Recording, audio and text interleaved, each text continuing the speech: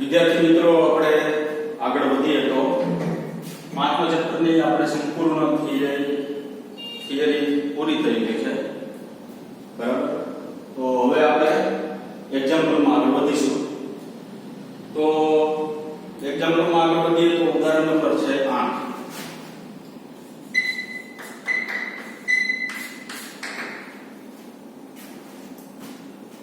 Simple ઉદાહરણ છે બરાબર. થિયરી બરાબર આવડવી જોઈએ. આગળના આ ચેપ્ટરની અંદર સૂત્રો જેટલા આવ્યા તે પૃથ્વીના ચુંબકીય ક્ષેત્ર માટેના સૂત્રો, મેગ્નેટાઇઝેશન માટેના બધા સૂત્રો યાદ હોવા જોઈએ આપણે બરાબર. ક્યુરી તાપમાન માટેનું સૂત્ર આવડવું જોઈએ, ક્યુરીનો નિયમ આવડવો જોઈએ. બધી વસ્તુ આપણે આવડવી જોઈએ. શું છે જોઈએ. પૃથ્વીનું ચુંબકીય ક્ષેત્ર વિષુવવૃત્ત પાસે લગભગ 0.4 કોસ જેટલું છે. વિષુવવૃત્ત પાસે 0.4 કોસ જેટલું ચુંબકીય ક્ષેત્ર છે. તો B આપણે 0.4 કોસ આપ્યું છે. તો 0.4 * 10⁻⁷ કોટ ટેસ્લા. હવે શું કીધું? પૃથ્વીની દ્વિધ્રુવી ચાક માત્રા એટલે ડાયપોલ મોમેન્ટ શોધો. પૃથ્વીની ડાયપોલ મોમેન્ટ મેળવવાની છે. તો આની અંદર પૃથ્વીની ડાયપોલ મોમેન્ટ મેળવવી છે બરાબર. તો આની અંદર એક અંતર આવશે આ. ઈ અંતર જે છે ઈ આપણે એવું કહી શકીએ કે ઈ ત્રિજ્યા સ્વરૂપે પૃથ્વીનું કામ કરશે. 6400 કિલોમીટર, 6400 × 10⁻³ મીટર બરાબર. આ પૃથ્વી છે, આ વિષુવરેખા એટલે એના ઉપરનું આપણે ચુંબકીય ક્ષેત્ર આપેલું છે. તો એનું ડાયપોલ મોમેન્ટ મેળવવાની છે. તો ડાયપોલ મોમેન્ટ મેળવવી તો કેન્દ્રથી અંતર લેવાનું. ચુંબક હોય તો આપણે કેન્દ્રથી અંતર લઈએ. તો ધારો કે આ એક ડાયપોલ તૈયાર થાય છે. તો કેન્દ્રથી અંતર અહીં સુધી કેટલું થશે? પૃથ્વીની ત્રિજ્યા જેટલું અંતર થશે, સ્મોલ r. ચાલો વિચાર કરીએ તો કેવી રીતના દાખલો ગણી શકાય.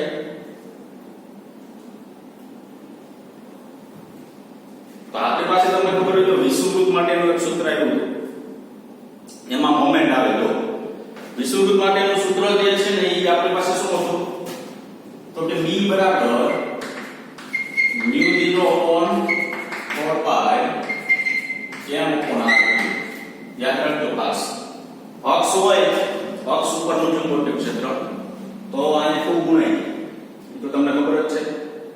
અક્ષ વગર હોય, ખાલી વિષુવરેખા હોય વિષુવવૃત્ત ઉપર ચુંબકના, આ પૃથ્વી પોતે ચુંબક તરીકે કામ કરે છે. એટલે પૃથ્વીના વિષુવવૃત્ત ઉપર લેવાનું. એટલે એના માટે સૂત્ર μ0/4π m/r. તો આમાંથી મોમેન્ટ આપણે મળી શકે. જો કેવી રીતના મળે? μ0/4π તો અચળ થઈ ગઈ. મોમેન્ટ ને ઘટતા કરી શકાય. સ્મોલ r એટલે ત્રિજ્યા જેટલું અંતર લેવાનું. આ વિચારવાનું છે. રકમની અંદર કઈ આપેલું નથી. તમને વિચાર આવવો જોઈએ બરાબર. ખાલી b તમને આપેલું છે 0.4 કોસ. તો મોમેન્ટ ને જો કરતા કરવામાં આવે તો મોમેન્ટ m બરાબર b 4π r³ છેદમાં b0 આવું થશે. તો અહીંયા b એટલે 0.4 ગુણ્યા 10⁻⁴ ગુણ્યા 4π ગુણ્યા 6400 ગુણ્યા 10⁻³ એનો ઘન. આપણું અઘરું થશે. 6400 ગુણ્યા 6400 ગુણ્યા 6400 કરશો ને એટલે આપણા લિમિટ ડિજિટ પૂરા થઈ જશે બરાબર. તો શું કરી દેવાનું? આ બે લીટા કાઢી નાખવાના. આ એક તમારો પોઈન્ટ કરી નાખવાનો. 6.4 ગુણ્યા 10 ની કેટલી કરવાની? 6 બરાબર. છેદમાં 4π × 10⁻⁷. તો 4π તો કેટલા કહેવાથી કેન્સલ થઈ ગઈ. આનું જો સાદું રૂપ આપવામાં આવે આપણે તો મોમેન્ટ આપણે પ્રાપ્ત થશે 1.05 ગુણ્યા 10⁻23.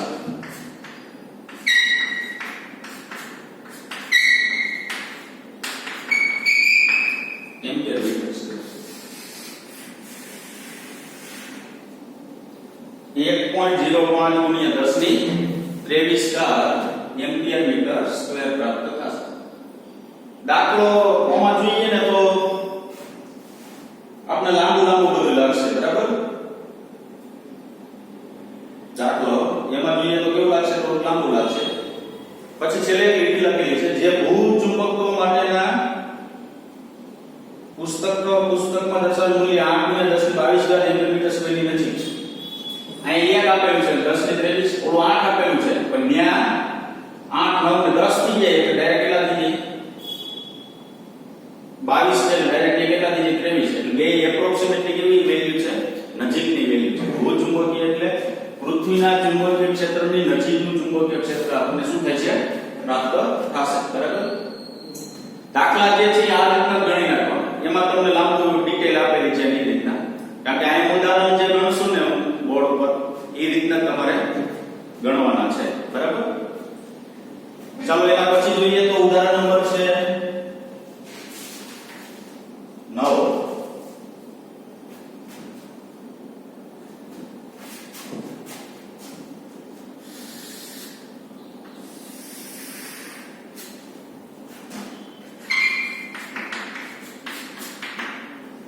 શું છે?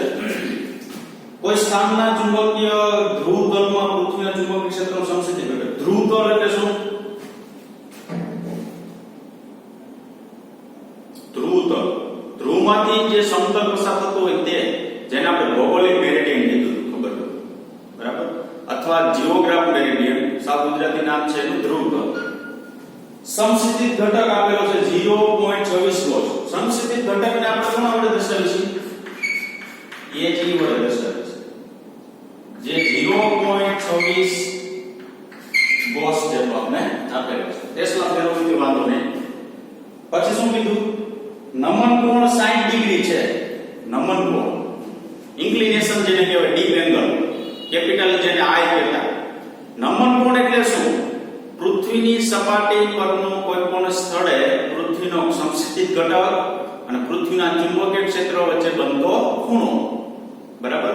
ડીપ એંગલ અને નમન કોણમાં ધ્યાન રાખજો. થિયરી વાંચી હોય તો બરાબર વાંચી નાખજો. બેમાં ડિફરન્સ કેટલો છે? નમન કોણ એટલે શું? તો કે પૃથ્વીનો કોઈ સ્થળે પૃથ્વીના સમસ્થિત ઘટક અને પૃથ્વીનું ચુંબકીય ક્ષેત્ર વચ્ચેનો ખૂણો. અને શું કહેવાય? ડેક્લિનેશન શું છે? બે મેરિડિયન વચ્ચેનો ખૂણો છે. મેગ્નેટિક મેરિડિયન અને ભૌગોલિક મેરિડિયન વચ્ચેનો ખૂણો છે. એટલે બેમાં એટલો ડિફરન્સ છે. તો કેપિટલ આઈ ની વેલ્યુ તમને આપી દીધી, હું લખી નાખું. કેપિટલ આઈ બરાબર આપણે આપી દીધું કેટલું? 60. તો આ સ્થળે પૃથ્વીનું ચુંબકીય ક્ષેત્ર કેટલું હશે? તો આ સ્થળે આપણે પૃથ્વીનું શું મેળવવાનું છે? ચુંબકીય ક્ષેત્ર. તો જોવો જી, જેમાં આઈ આવતું હોય, એચ આવતું હોય, પૃથ્વીનું ચુંબકીય ક્ષેત્ર આવતું હોય, તો તમને ખબર છે તો મેં આમ જોયું હતું, આમ બે સમતલ.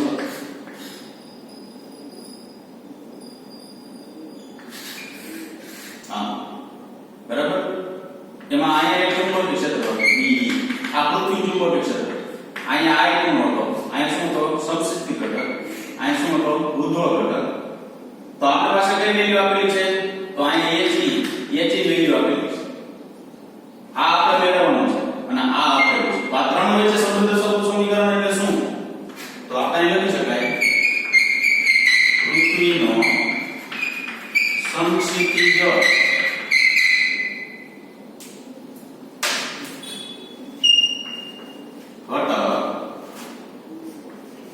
બી બરાબર એજી બરાબર બી cos i. cos ઘટક હતો અહીં જુઓ, શું કામ? તો અહીંયા i કોણ જે છે ને એની પાસેની બાજુ, i ની પાસેની બાજુ એટલે cos અને સામેની બાજુ શું થશે? sin. બરાબર? તો જો તો આમાં b એટલે પૃથ્વી ચુંબકીય ક્ષેત્ર આને કહેવાય, એ આપણે મેળવવું છે. તો b બરાબર h ના છેદમાં cos i. બરાબર? તો b બરાબર h 0.26 ગોસ. ટેસ્ટ નામ નથી કર્યો, ડાયરેક્ટ ગોસ માં જવાબ લખી નાખશું. બરાબર? cos તો 0.26 cosine એટલે 1/2 26 નું પાવર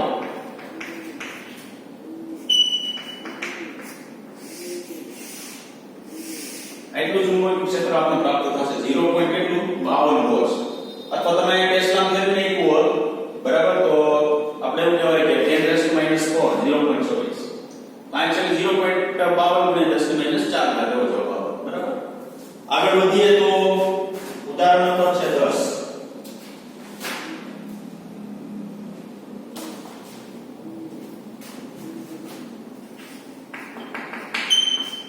ઉદાહરણ નંબર 10 છે કે ટોટલી હું મારી રીતના કરું બરાબર, કારણ કે મેં તમને આગળ કીધું મેગ્નેટાઇઝેશન ની અંદર ઘણા બધા સૂત્રો છે, તો કયા સૂત્રોનો ઉપયોગ કરવો ની તમને ખબર હોવી જોઈએ, કારણ કે એક વસ્તુ મેળવવા માટે બે સૂત્રોનો ઉપયોગ થાય. ધારો કે b મેળવવું હોય તો μ0 x + n નો ઉપયોગ થાય અને b મેળવવું હોય તો μ1 નો ઉપયોગ થાય બરાબર.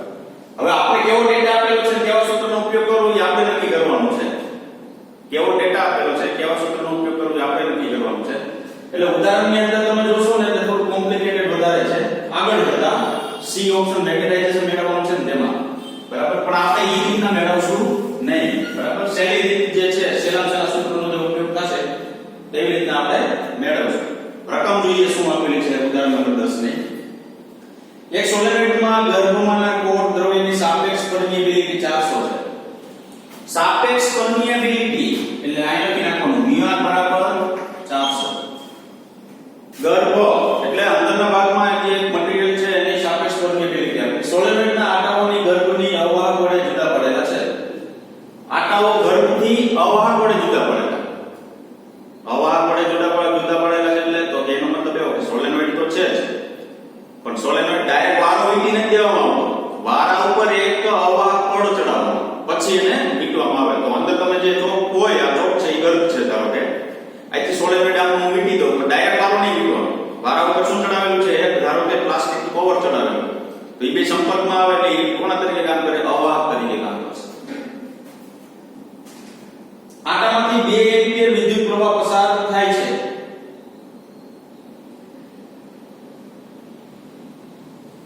હવે જો જે આટામાંથી 2 એમ્પિયર વિદ્યુત પ્રવાહ પસાર થાય તો આટામાંથી પસાર થતો પ્રવાહ જે છે આપણે થિયરી પ્રમાણે શું લીધું હતું ફ્રી કરંટ ખબર હોય યાદ હોય તો, અને જે પદાર્થની અંદર જે પ્રવાહ મળતો હતો ને એને બદ્ધ પ્રવાહ કીધો હતો જેને IB વડે દર્શાવતા હતા. અહીં IF વડે દર્શાવી કેટલા એમ્પિયર પસાર કરવામાં આવે છે 2 એમ્પિયર. જો તેમાં 1 મીટર દીઠ 1000 આંટાઓ હોય, 1 મીટર દીઠ 1000 આંટા એનો મતલબ શું આપેલું છે આપણે સ્મોલ n જ આપી દીધું ડાયરેક્ટ 1000. 1 મીટર દીઠ 1000 આંટા એટલે તો કે એકમ લંબાઈ દીઠ 1 મીટર એટલે એકમ લંબાઈ, એકમ લંબાઈ દીઠ આંટાઓની સંખ્યા એટલે તમને શું આપ્યું છે સ્મોલ n. આ કેપિટલ n લખતા નહીં, કે કેપિટલ n નહીં આવે બરાબર.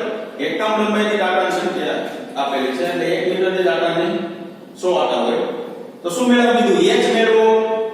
h એટલે ચુંબકીય તીવ્રતા કેપિટલ N. b મેળવો અંદર જે ગર્ભની અંદર પદાર્થ રહેલો છે તેનું ચુંબકીય ક્ષેત્ર. કેપિટલ M મેળવો પદાર્થ જે અંદર રહેલો છે એમાં કેટલું મેગ્નેટાઇઝેશન ઉત્પન્ન થાય છે. અને મેગ્નેટાઇઝિંગ પ્રવાહ Im ની ગણતરી કરો. મેગ્નેટાઇઝિંગ પ્રવાહ Im ની ગણતરી કરો બરાબર. તો મેગ્નેટાઇઝિંગ પ્રવાહ Im ની ગણતરી કરવી તો જેને મેગ્નેટાઇઝિંગ પ્રવાહ તમે કીધું Ib આ લોકોએ Im વડે દર્શાવ્યું, આપણે Im વડે દર્શાવ્યું ત્યારે એવો બદ્ધ પ્રવાહ છે મેગ્નેટાઇઝિંગ પ્રવાહ ની અંદર જે ઉત્પન્ન થતો હોય છે. તો શરૂઆત કરીએ તો પહેલું મેળવી દીધું h. તો h બરાબર ચાલો કયા સૂત્રનો ઉપયોગ કરશું તો તમારો વિચાર કરો. h બરાબર ઘણા બધા સૂત્રો મળે આપણે બરાબર, પણ આપણે જે ડેટા આપેલો છે એ પ્રમાણે તો કે n છે અને Im છે એટલે n Im નો ઉપયોગ ખ્યાલ આવ્યો બરાબર. તો n છે આપણી પાસે 1000, Im કેટલું છે 2, તો અહીં મળે 2000 મળે તો 2 ગુણ્યા 10 ની કેટલી ઘાત થશે 3 ઘાત એટલા છે ને. 2 ગુણ્યા 10 ની કેટલી ઘાત થશે 3 ઘાત એમ્પિયર ઇન્ટુ મીટર બરાબર. આ a b મેળવી કેપિટલ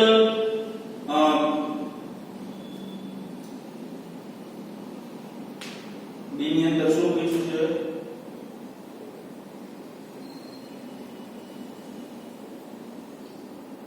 ચુંબકીય ક્ષેત્ર પૂછ્યું છે.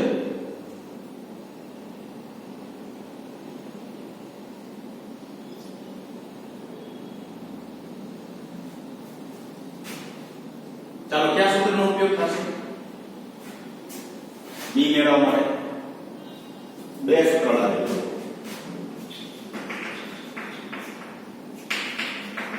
આઈ લાગે, આઈ લાગે,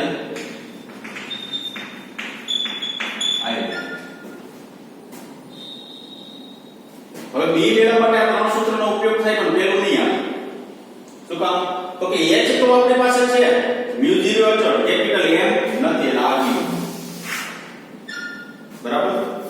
સ્મોલ ખાલી mu નહીં આવે આ તો mu આપણે આપેલી માધ્યમને પરિણામ એટલે eq પણ mu બરાબર તમે લખી શકો mu r શું mu 0 તો આ e બરાબર mu r mu 0 શું લખાય h તો mu r એ આપણે રકમ આપેલું છે કેટલું 400 આયા 4 pi 10 raised to minus રકમ 7 અને h કેટલું આપેલું છે મળ્યું કેટલું આપણે 2 ગુણ્યા 10 ની 3 ઘાત મળ્યું તો b તમને અહીંયા પ્રાપ્ત થશે કેટલું થશે 1 ટેસ્લા પ્રાપ્ત થશે.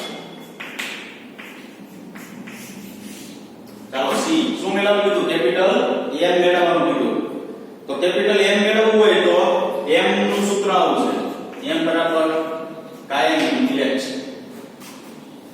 શું કામ મેં આ સૂત્રનો ઉપયોગ કર્યો કાયમ ઇન્ટિગ્રેટ નો?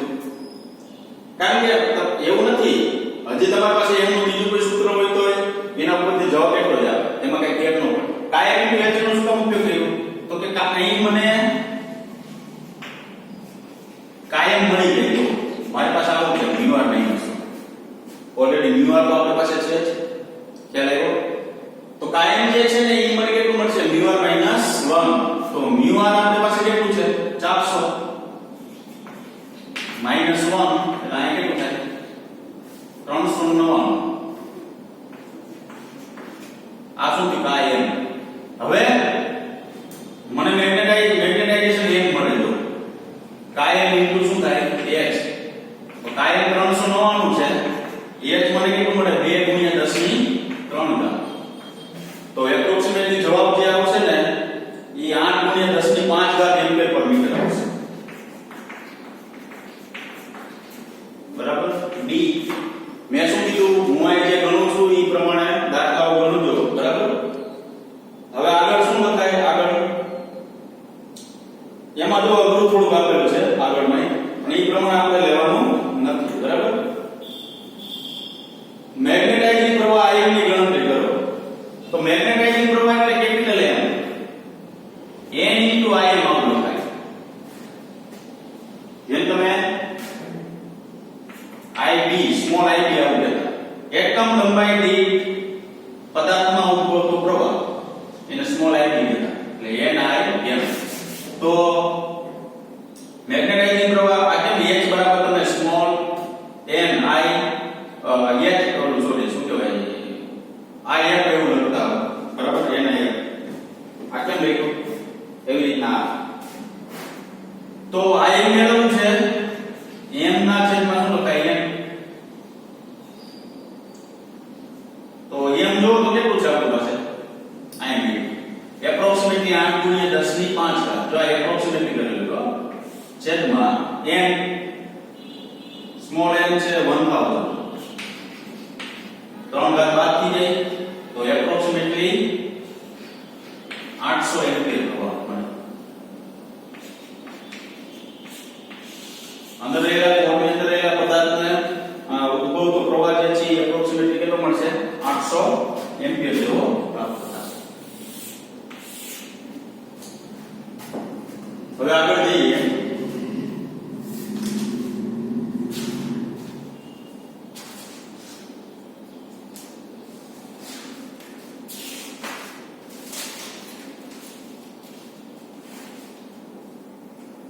ઉદાહરણ નંબર છે 11.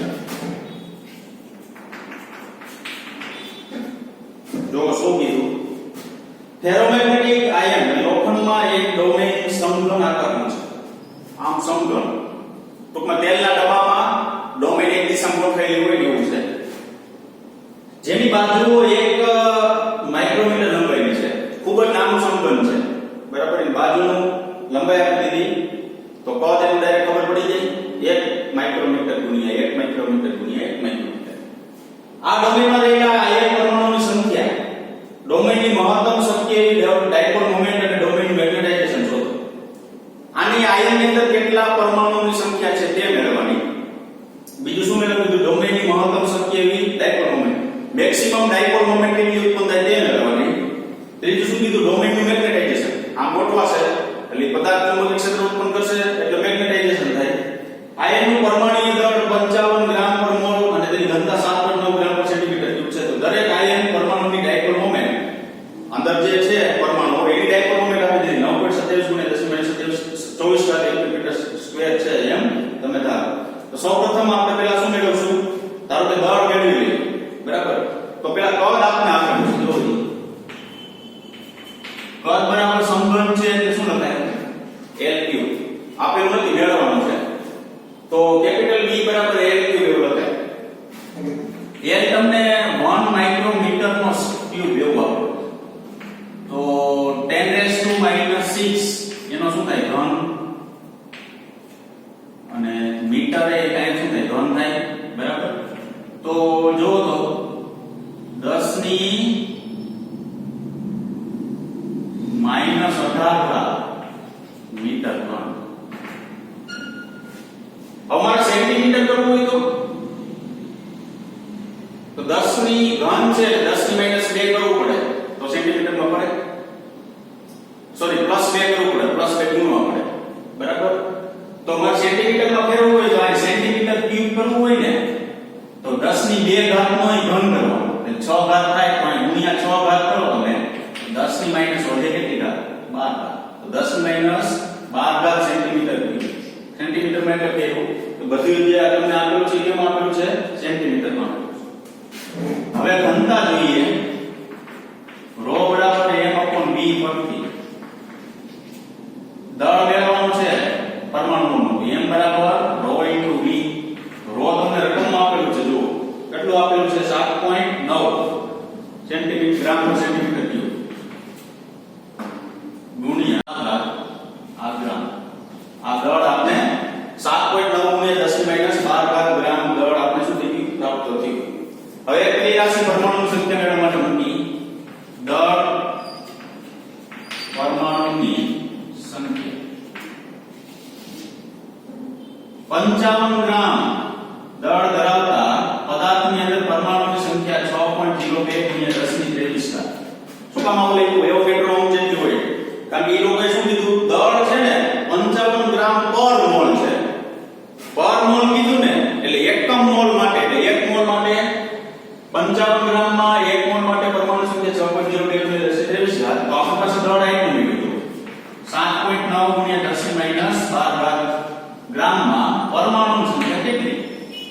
તો અહીંયા હું લખી શકું પરમાણુની સંખ્યા કેપિટલ N આપણે દર્શાવીએ તો 7.9 * 10⁻12 6.02 * 10⁻23 છેદમાં 55. ચલો આનો જવાબ આપણે કેટલો મળશે? 8.65 * 10⁻10 પરમાણુ. 8.65 * 10⁻10 પરમાણુઓ. આ કેપિટલ N તમને એટલું થશે.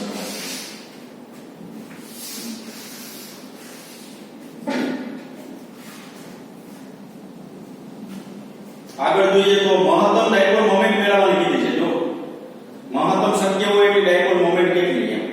તો મહત્તમ ડાયપોલ મોમેન્ટ મેળવવા માટે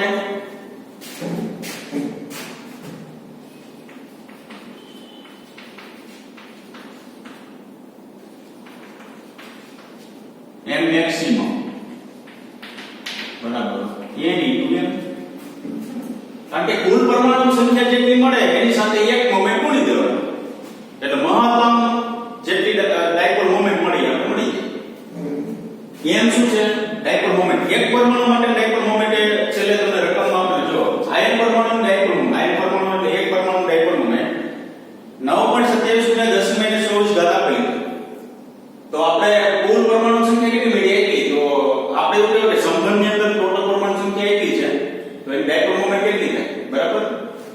ત્રિ રાશિ મૂકી તો લખી શકાય શું એક પરમાણુ માટે મોમેન્ટ સ્મોલ m છે એટલે આમાં આપેલું છે એટલી તો n પરમાણુ માટે કારણ કે એટલા પરમાણુ સંખ્યા આપણે મેળવી તો n પરમાણુ માટે ડાયપોલ મોમેન્ટ કેટલી ઈ તમારા માટે મેક્સિમમ એટલે મહત્તમ એટલી જ મળે કારણ કે વધારે પરમાણુ નથી એના કરતા બરાબર તો m મેક્સિમમ બરાબર n * m તો n આપણી પાસે 8.65 10 ની માઈનસ સોરી પ્લસ 10 ગુણ્યા મોમેન્ટ આપેલી છે 9.27 ગુણ્યા 10 ની માઈનસ 24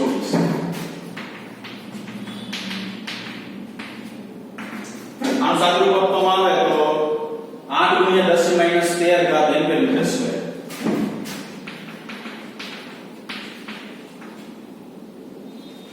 મેક્સિમમ મોમેન્ટ એટલી મળશે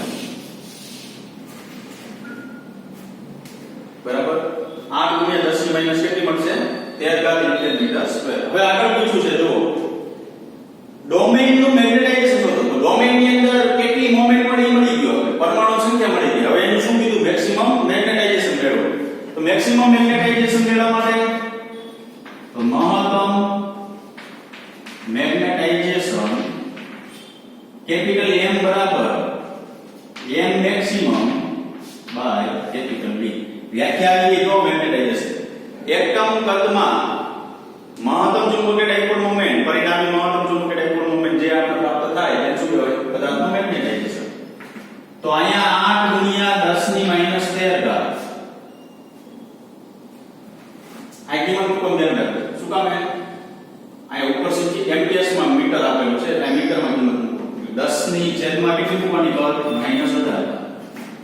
બરાબર તો જવાબ આવશે 8 ગુણ્યા 10 ની 5 ઘાત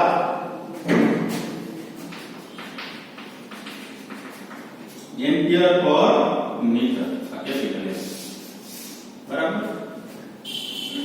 તો વિદ્યાર્થી મિત્રો આપણે 4 ઉદાહરણ થયા આ સિમ્પલ ઉદાહરણ આ સિમ્પલ છે પણ ખબર પડવી જોઈએ આની અંદર એક ત્રિજ્યાનું ધ્યાન રાખવાનું છે આમે દાખલો બનાવ્યો મારી રીતે ગણાવ્યો છે હવે તમે તમારી રીતે સૂત્રનો ઉપયોગ કરીને મેળવી શકો આ દાખલાની અંદર આપણે શું પૂછ્યું હતું પરમાણુઓની સંખ્યા કેટલી તો મેળવી લીધી આ કુલ મહત્તમ ડાયપોલ મોમેન્ટ કેટલી મળે તો એક ડાયપોલ મોમેન્ટ એક પરમાણુ માટે આપેલી છે એક પરમાણુ હોય તો ત્રિ રાશિ મૂકી ડાયરેક્ટ લખી શકાય હવે મહત્તમ મેગ્નેટાઇઝેશન કેટલું મળે તો પદ વડે શું કરવાનું કેટલા કદ માઇક્રો મોમેન્ટ હોય ભાગી નાખો 8 ગુણ્યા 10 ની 5 ઘાત એમ્પિયર પર મીટર બરાબર તો આપણે વિદ્યાર્થી મિત્રો અહીં સુધી રાખીશું ઉદાહરણ 4 થયેલા ઉદાહરણ નંબર 8 ઉદાહરણ 10 11 અને